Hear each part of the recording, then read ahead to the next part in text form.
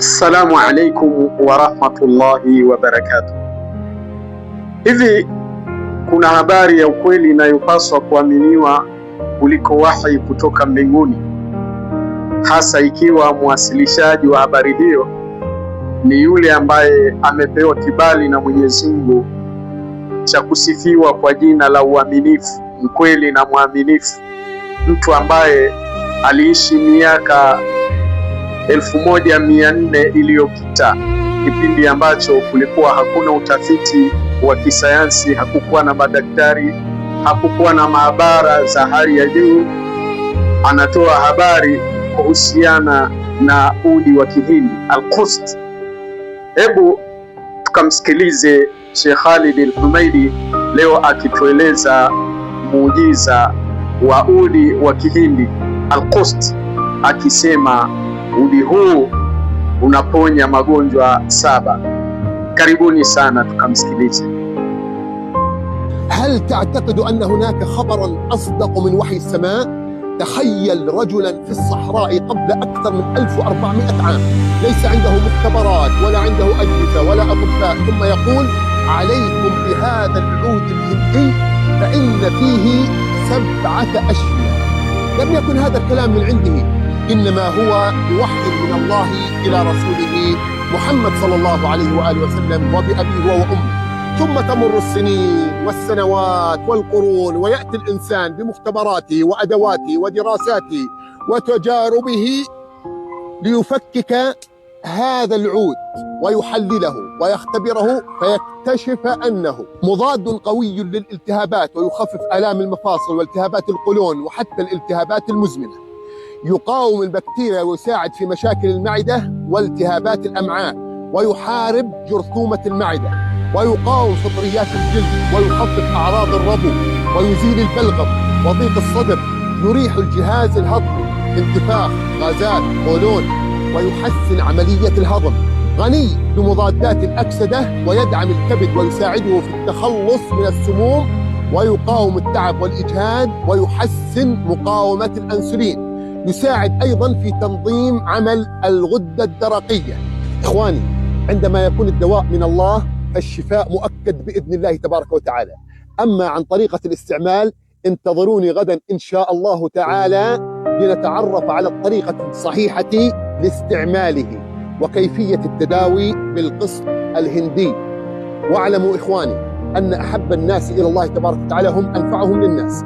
انشروا المقطع، فالدال على الخير كفاعله، فإن هناك الكثير ممن هم بحاجة إليه. أسأل الله تبارك وتعالى أن يشفيني وإياكم والمسلمين جميعا من كل مرض ومن كل داء، إنه ولي ذلك والقادر عليه. Naam, Sheikh anasema, je, unadhani kuna habari ya ukweli zaidi kuliko ufunuo kutoka mbinguni, yani wahi?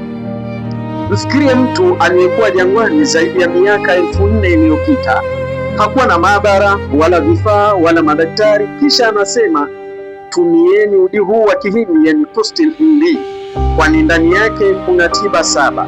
Maneno haya hayakuwa kutoka kwake mwenyewe, bali yalikuwa ni ufunuo, yani wahi kutoka kwa Mwenyezi Mungu kwenda kwa mtume wake Muhammad, rehma na amani ziwe juu yake na familia yake. Baba na mama yangu wawe fidia kwake. Kisha miaka, miongo na karne zinapita, na mwanadamu anakuja na maabara zake, vifaa vyake, tafiti zake na majaribio yake ili kuchambua udi huu wa Kihindi, kupima na kufanyia utafiti na kugundua kuwa: 1, ni dawa yenye nguvu zaidi ya uvimbe na majeraha ya ndani, yani anti-inflammatory. 2, inapunguza maumivu ya viungo, uvimbe wa utumbo, yani colon, na hata uvimbe sugu. 3, inapambana na bakteria, inasaidia matatizo ya tumbo na uvimbe wa matumbo na kupambana na bakteria wa tumbo, yani H. pylori.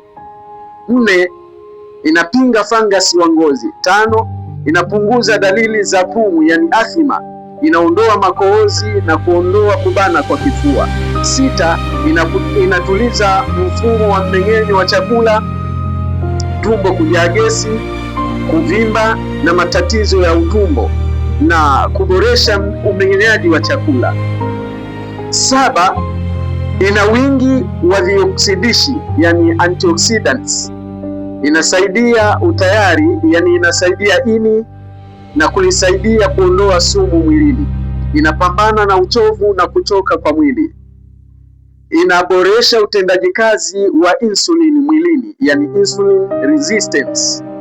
Pia inasaidia kurekebisha utendaji kazi wa tezi dume, yani tezi ya thyroid.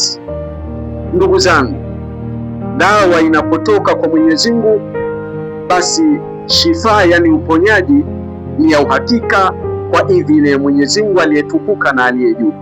Kuhusu namna ya kuitumia, ni subirini kesho insha Allah, tutajifunza njia sahihi ya kutumia Fustil-BD na namna ya kujitibu nayo. Na jueni ndugu zangu kuwa watu wanaopendwa zaidi na Mwenyezi Mungu ni wale wenye manufaa zaidi kwa watu. Sambaza kipande hichi cha video, kwani anayeongoza kwenye kheri ni kama anayeifanya, kwani kuna wengi wanaohitaji jambo hili. Namwomba Mwenyezi Mungu aliyetukuka na aliye juu aniponye mimi na nyinyi na Waislamu wote kutokana na kila ugonjwa na kila maradhi. Hakika yeye ndiye msimamizi wa hayo na mwenye uwezo nayo. Barakallahu fikum, jazakumullahu khairal jaza. Afya yako mtaji wako.